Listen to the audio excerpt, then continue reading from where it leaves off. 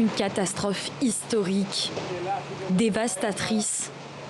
Une vague de plus de 30 mètres frappant 12 pays du pourtour de l'océan Indien en 2004. Des conséquences désastreuses. L'Indonésie dressera le bilan le plus lourd. Un quart de la population de la province d'Aceh est décimée.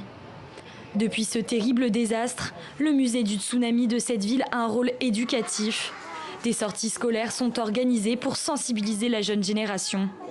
À travers des vidéos, ils apprennent à réagir en cas de tsunami, comme s'inquiéter lorsque la mer se recule fortement ou monter au point le plus haut de leur ville.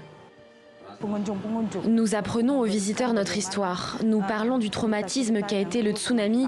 Nous partageons notre expérience pour qu'ils n'oublient jamais cette terrible catastrophe qui s'est passée à Aceh le 26 décembre. Le lendemain de Noël 2004, il est 8 heures lorsqu'un séisme de magnitude de 9 sur l'échelle de Richter est détecté au milieu de l'océan Indien.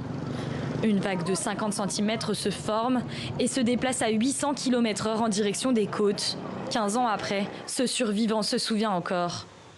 Il y a eu un grand vacarme dans le village, c'était trop pour être ignoré. Quand je suis sorti dehors, les gens couraient en criant « La mer est en train de venir ». Je n'avais aucune idée de ce que cela voulait dire. Alors j'ai couru devant la porte de ma villa. Je me suis retourné vers la mer et j'ai vu cette vague de 30 mètres s'échapper sur la rue.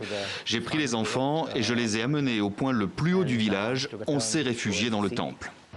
Le tsunami de 2004 aura causé la mort de 250 000 personnes. Aujourd'hui, plus de 300 victimes n'ont toujours pas été identifiées.